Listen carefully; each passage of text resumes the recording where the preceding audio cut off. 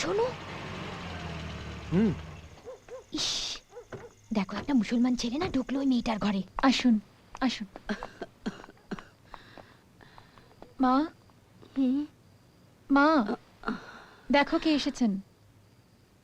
ওনাকে তো ঠিক চিনতে পারলাম না। অতিথি আমাকে বাড়িতে পৌঁছে দিতে এসেছেন। ও, বসুন বসুন বসুন। ঠিক আছে। আমার একটা নাচের স্কুল ছিল, আমি সেখানে নাচ শেখাতাম। আমি ওকেও নাচ শিখিয়েছিলাম। আমি চেয়েছিলাম ও পায়ে ঘুঙুর বেঁধে নটরাজের সেবা করুক, অনেক বড় শিল্পী হোক, খুব নাম করুক। কিন্তু তার হলো না। জানেন, আমার খুব কঠিন অসুখ করলো, নাচের স্কুলটাও বন্ধ হয়ে গেল, আর পয়সার জন্যও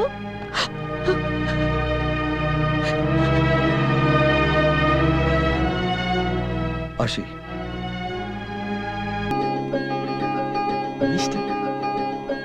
আবার কি হলো? কি করছো, কি করছো এটা?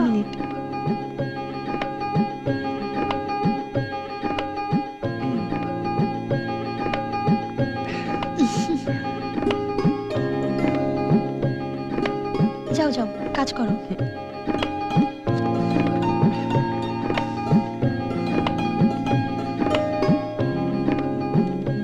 সাবিত্রী, সাবিত্রী। হ্যাঁ গো। আরে আমার কাছে একদম খুচরো পয়সা নেই। 100 টাকা নোটে বাসে ভাঙানি দেবে না? কিছু খুচরো পয়সা দাও তো। আমার কাছেও নেই গো, দাঁড়াও আমি মিষ্টির কাছে আছে কিনা দেখছি। মিষ্টি, মিষ্টি, ধ্যাৎ।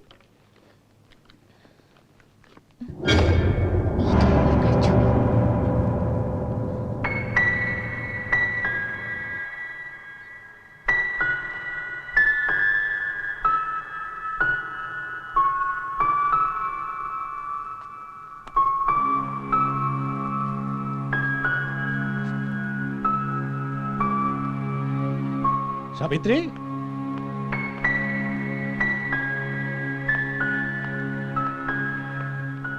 কি হলো সাবিত্রী? এটা কার ছবি? সেটা তোমার মেয়েকেই জিজ্ঞেস করো। ছবিটা ওর ব্যাগেই ছিল। তার মানে মিষ্টির বিয়ের বয়স হয়ে গেছে। ছেলেটার নাম কি? সাগর। ও খুব ভালো ছেলে বাবা।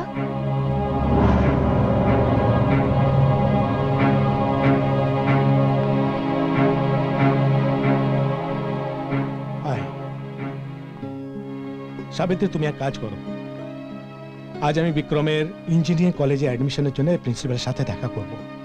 তুমি বরং এই ফাঁকে মিষ্টির কাছ থেকে ঠিকানাটা জেনে নিয়ে বিক্রমের সঙ্গে সাগরের বাবা মার সঙ্গে দেখা করে এসো, ঠিক তো? দুরন্ত প্রেমের নেশা, ঘুর ঘুর ঘুর ঘুর ঘুরন্ত তোমার নেশা। আরে নাচো নাচে